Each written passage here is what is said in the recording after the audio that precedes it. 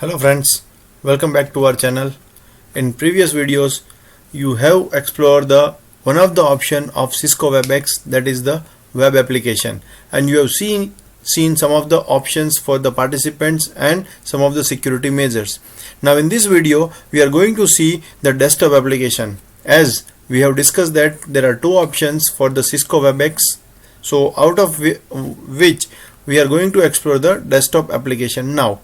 So rest of the things you know very well. Let's click on the start a meeting, but make sure you have selected the desktop application.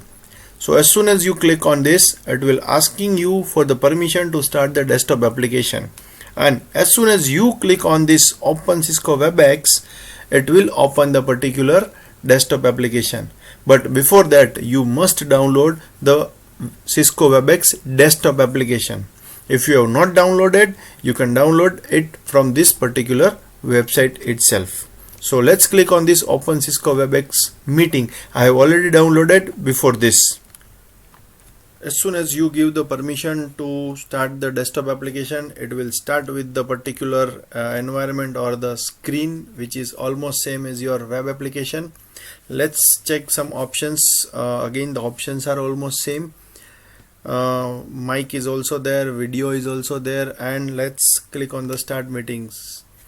If you click on the start meeting and if everything goes well, then again the same kind of environment, the full screen is available and your camera is also visible. If you wish, you can enable the camera and it is showing you the actual output.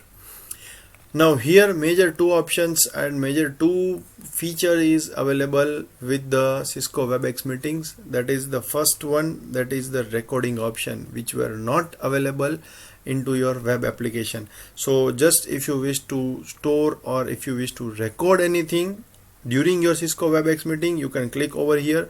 It is asking for the permission to store your particular recording at the particular location. Choose the appropriate location and click on the save. The recording has started and having two options like pause and stop. If you wish to pause somewhere in between the meeting, you can pause it, you can resume, or if you wish to stop it, you can stop the meeting.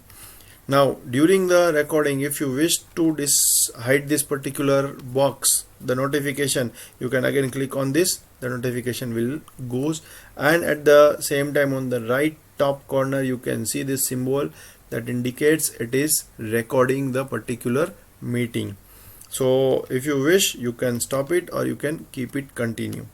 At the same time, other features which are available with the desktop option is the sharing. You can see here having the two option, that is first one is the text and images, second one is the motion and video.